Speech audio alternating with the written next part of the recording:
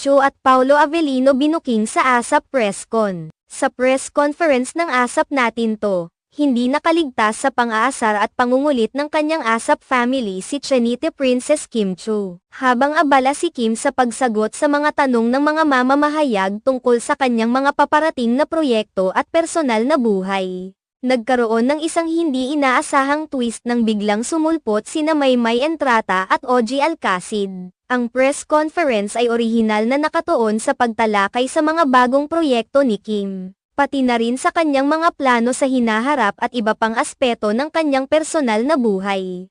Si Kim ay kumikilos ng maayos at propesyonal.